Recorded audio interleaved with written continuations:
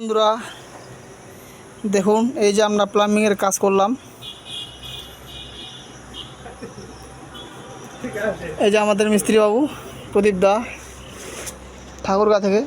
আপনারা যদি কেউ এরকম লাইন দেখে থাকেন তাহলে আমাদের কমেন্টে অবশ্যই জানাবেন। সাথে এই শান্তদার রয়েছে।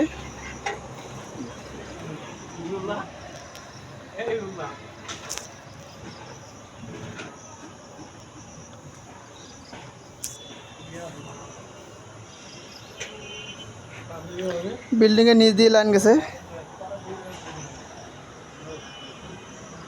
এভাবে কাজ করলে জ্যাম হওয়ার সম্ভাবনা একবারে থাকবে না। নিচের তলা 6 ইঞ্চি, উপরটা 4 ইঞ্চি। দেখুন,